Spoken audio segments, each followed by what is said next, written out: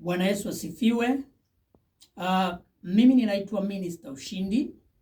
Ninakukaribisha katika chaneli yangu ambayo itakuwa ni mahususi kwa ajili ya kukufundisha habari za ufalme wa Mungu, na nitakuelekeza kwa undani habari ya mambo ambayo yamefichwa katika ulimwengu wa roho. Nataka nikuletee siri nyingi ambazo zimefichwa na hauwezi kuzisikia mahali pengine popote. Pengine huwezi kuzisikia mahali popote, lakini hapa nitakuelekeza na kukufundisha habari ya ufalme wa Mungu na ni namna gani tunapaswa tutembee katika nyakati tulizo nazo.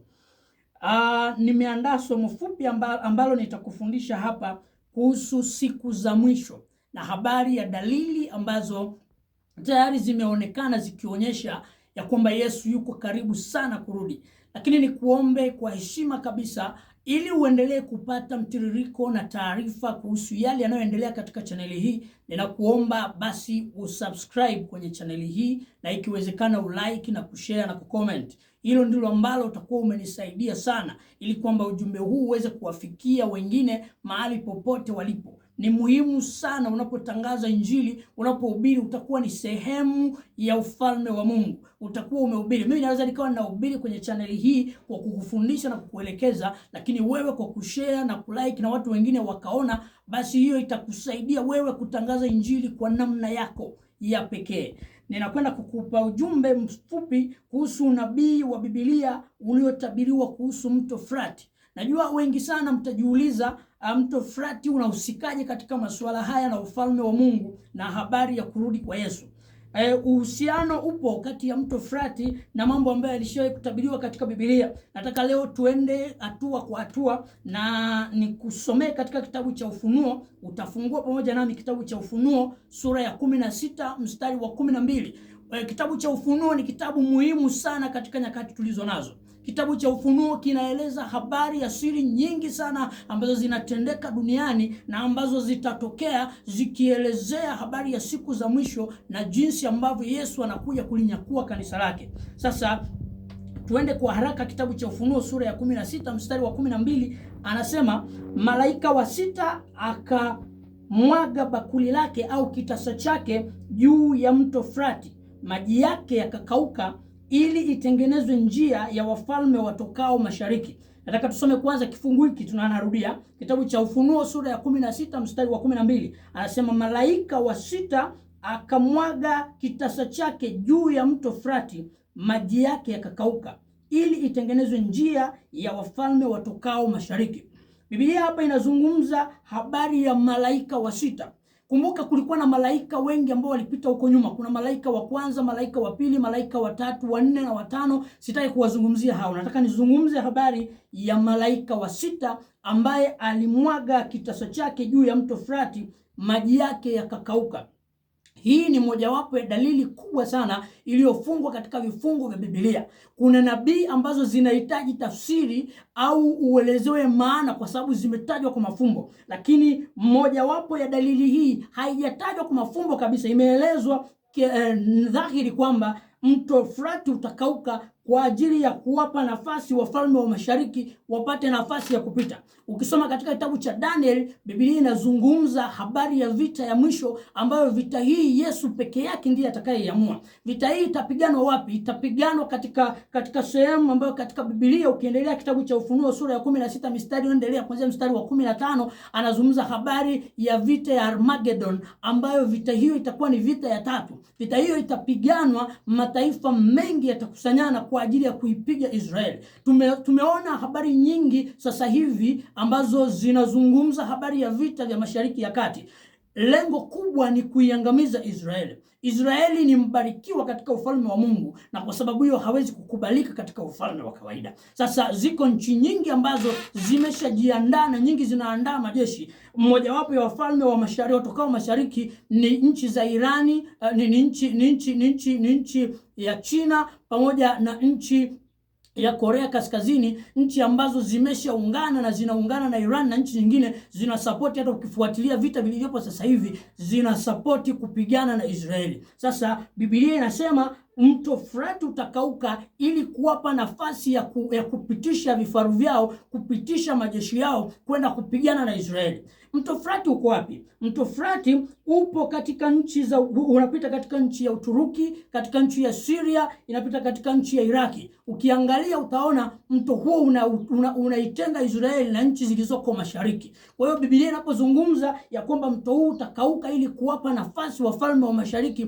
waweze kupita kwa ajili ya kupambana na Israeli, ni kweli. Sasa ukienda kufuatilia au ukiingia Google kuanza kuangalia habari za mto huu Frati huko katika namna gani sasa hivi, ukipita na ukaandika hali ya mto Frati kwa sasa, ukaandika tu katika simu yako, ingia kwenye simu yako, andika kwenye sehemu ya Google pale pa kusearch, andika mto Frati kukauka.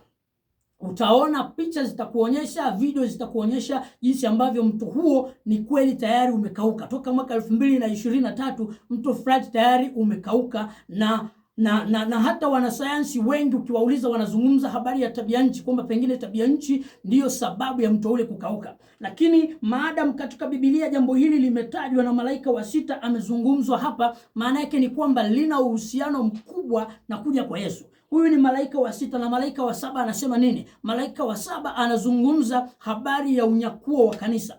Kwa sababu hiyo unyakuo wa kanisa upo karibu sana. Yesu yuko karibu sana kurudi. Wakati ambapo tunaona mambo mengi yanaenda, wakati ambapo tunahangaika, tunakimbizana na pesa, ni wakati ambapo Yesu anarudi. Wakati ambapo tunatafuta kuoa, kuolewa, jiulize tu nyumbani kwako una kadi ngapi za harusi? Jiulize una kadi ngapi za matukio? Hizo ndo zimeshika nchi kwa kiwango kikubwa sana. Ukiangalia kwenye mitandao ya kijamii, watu wanasearch sana kuhusu namna gani ya kupata pesa, namna gani ya kuingiza pesa. Biblia inasema wakati wa mwisho Yesu atakuja kama mwivi, wakati ambapo haudhani, wakati ambapo watu watakuwa wanawaza kuoa na kuolewa, watakuwa wanawaza pesa, upendo wa wengi utapoa kanisani. Hivi ni vitu vyote ambavyo tayari vimeshaonekana. Sasa mto Frati pia unaonyesha ya kwamba vita ya mwisho ambayo watakatifu hawatakiwi kuwepo. Kanisa halitakiwi kuwepo kwenye vita hiyo.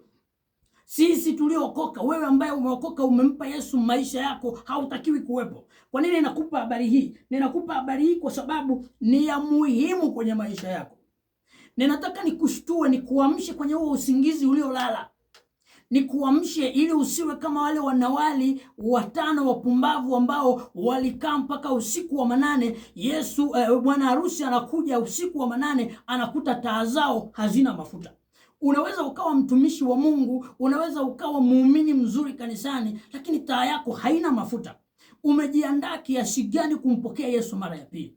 Umejiandaa kiasi gani na ufufuo ambao utafanyika baada ya unyakuo? Wako wale waliolala tayari wamemaliza habari yao katika hii dunia, lakini uko wewe ambaye bado unapumua, una nafasi. Umejiandaaje kumpokea Yesu mara ya pili? Kanisa litanyakuliwa, litaondoka. Baada ya hapo ndipo vita ya tatu itatokea. Tunaona jinsi ambavyo dunia sasa inahangaika, dunia inawaza namna gani, kwa sababu amani ya dunia imekuwa mbaya. Mataifa yanapigana, Israeli inashambuliwa kila upande. Hizi zote zinakuonyesha ya kwamba dalili za kurudi kwa Yesu zimekaribia. Nimekuja hapa kukuambia, nimekuja hapa kukushtua, nimekuja hapa kukupa angalizo ya kwamba wakati tulio nao ni wakati mgumu sana.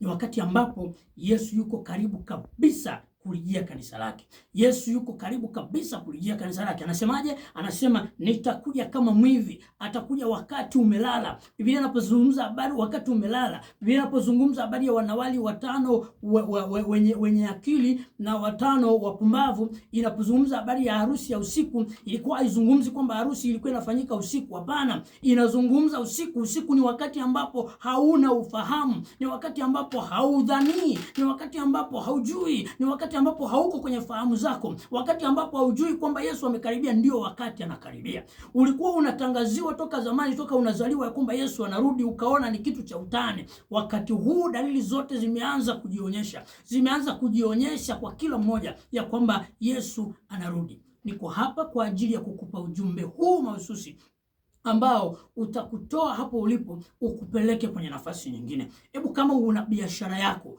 Ukiwa kwenye biashara yako, hebu jitahidi kuwa mwaminifu. Uko kwenye kazi kwa bosi wako, hebu jitahidi kuwa mwaminifu. Kuna vitu vidogo vidogo unaviona pengine sio dhambi, uongo, hebu jitahidi kuacha. Hebu endelea kuyatengeneza maisha yako, uweke utayari wako na Mungu. Jiwekee mahusiano mazuri na Mungu. Mwambie Mungu, wakati utakapokuja niwe tayari. Sikuambii usitafute pesa, itafute pesa, itafute kwa bidii sana, lakini usisahau kujitakasa. Biblia inasema hakuna chochote kinyonge kitakachoingia katika mji ule.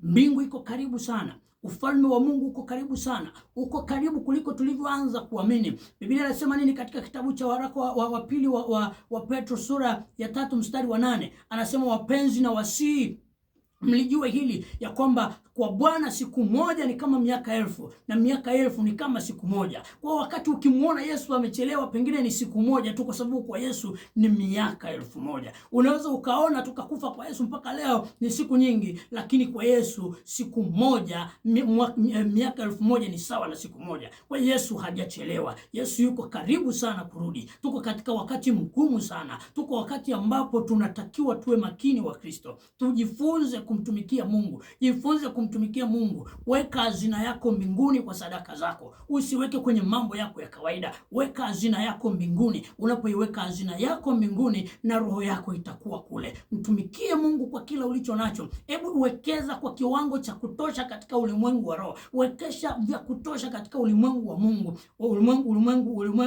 katika ufalme wa Mungu, ili kwamba wakati utakapofika wa uharibifu uwe na hazina. Mwambie Mungu, ninatubu dhambi zangu. Mwambie Mungu, ninayaacha niliyokuwa nayo. Nataka nikupe sala hii ya toba, usali pamoja nami.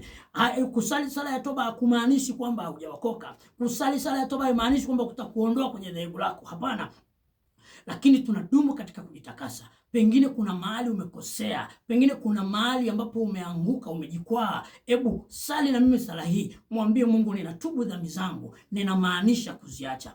Funga macho yako sasa, umwambie Mungu pamoja nami. Rudia maneno haya ninapoenda kuyasema wakati huu. Yarudie kwa uhakika, na ukimaanisha kuacha dhambi ulizo nazo, ukimaanisha kuacha matendo maovu uliokuwa unayafanya jana na juzi. Sema na mimi sala hii na Mungu atakukumbuka. Sema, Baba, katika jina la Yesu, ninakuja mbele zako.